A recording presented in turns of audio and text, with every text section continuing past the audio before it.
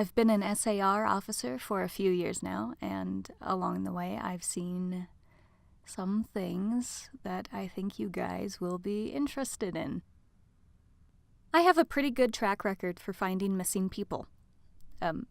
Most of the time they just wander off the path or slip down a small cliff and they can't find their way back. The majority of them have heard the old "stay where you are" thing, and they don't wander far. But I've had 2 cases where that didn't happen. Both bother me a lot, and I use them as motivation to search even harder on the missing persons cases I get called on. The first was a little boy who was out berry picking with his parents. He and his sister were together, and both of them went missing around the same time. Their parents lost sight of them for a few seconds, and in that time, both the kids apparently wandered off. When their parents couldn't find them, they called us, and we came out to search the area. We found the daughter pretty quickly, and when we asked where her brother was, she told us that he had been taken away by the bear man. She said he gave her berries and told her to stay quiet, that he wanted to play with her brother for a while. The last she saw of her brother, he was riding on the shoulders of the bear man and seemed calm. Of course, our first thought was abduction, but we never found a trace of another human being in that area. The little girl was also insistent that he wasn't a normal man, but that he was tall and covered in hair, like a bear, and that he had a weird face. We searched that area for weeks. It was one of the longest calls I've ever been on, but we never found a single trace of that kid. The other was a young woman who was out hiking with her mom and grandpa. According to the mother, her daughter had climbed up a tree to get a better view of the forest, and she'd never come back down. They waited at the base of the tree for hours calling her name before they called for help. Again, we searched everywhere, and we never found a trace of her.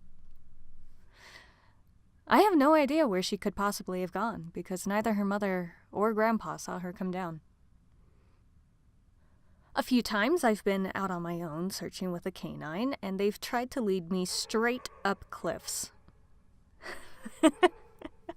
Not hills, not even rock faces, straight sheer cliffs with no possible handholds. It's always baffling, and in those cases we usually find the person on the other side of the cliff or miles away from where the canine has led us. I'm sure there's an explanation, but it's sort of strange.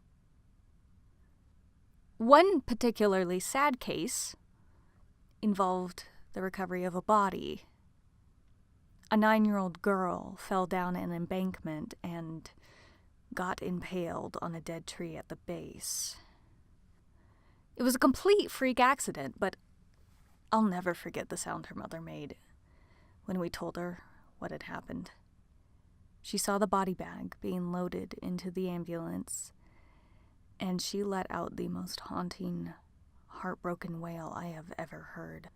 It was like her whole life was crashing down around her, and a part of her had died with her daughter. I'd heard from another SAR officer that she killed herself a few weeks after it happened. She couldn't live with the loss of her daughter.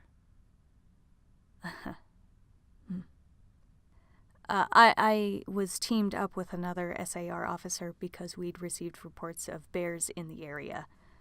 We were looking for a guy who hadn't come home from a climbing trip when he was supposed to, and we ended up having to do some serious climbing to get to where we'd figured he'd be.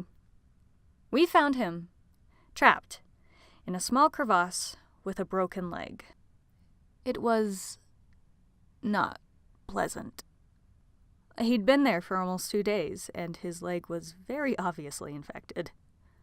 We were able to get him into a chopper, and I heard from one of the EMTs that the guy was absolutely inconsolable.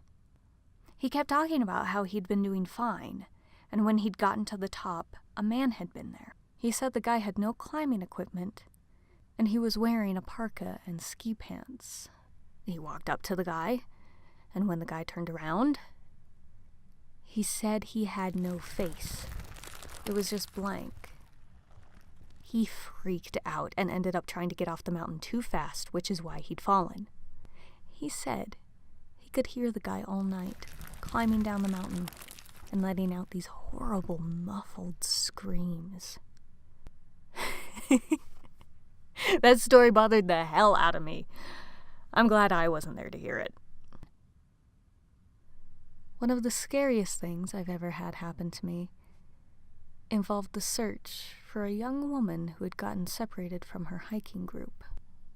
We were out until late at night because the dogs had picked up her scent. When we found her, she was curled up under a large rotted log.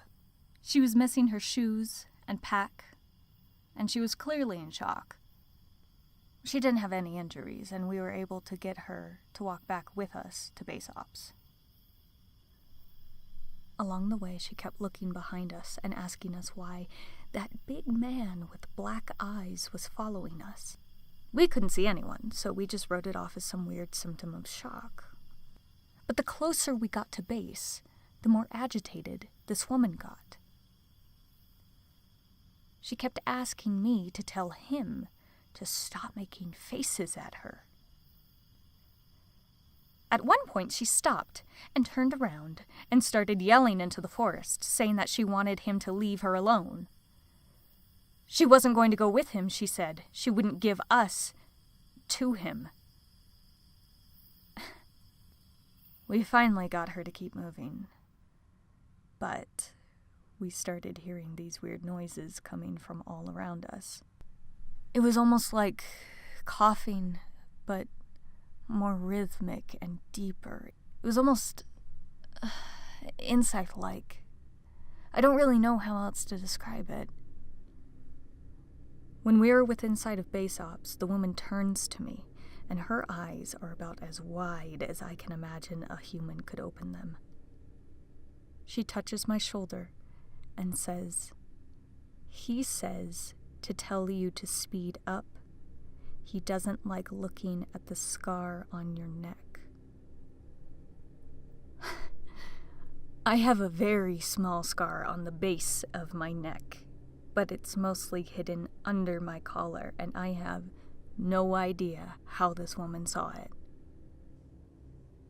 Right after she says it, I hear that weird coughing right in my ear, and I just about jump out of my skin. I hustled her to ops, trying not to show how freaked out I was, but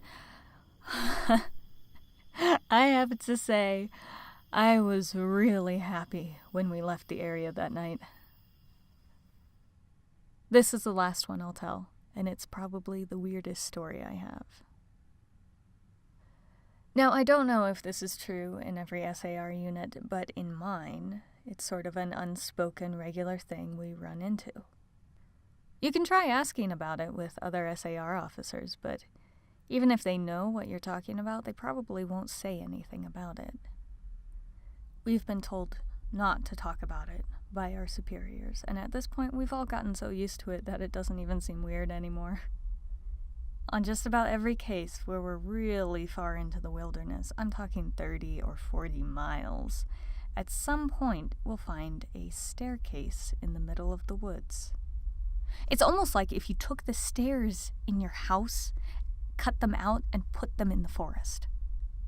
I asked about it the first time I saw some, and the other officer just told me not to worry about it, that it was normal. Everyone I asked said the same thing. I wanted to go check them out, but I was told, very emphatically, that I should never go near any of them. I just sort of ignore them now when I run into them, because it happens so frequently.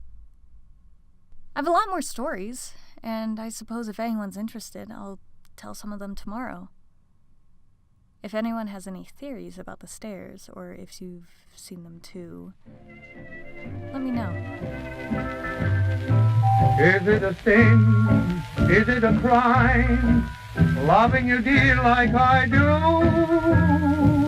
If it's a crime, then I'm guilty of loving you.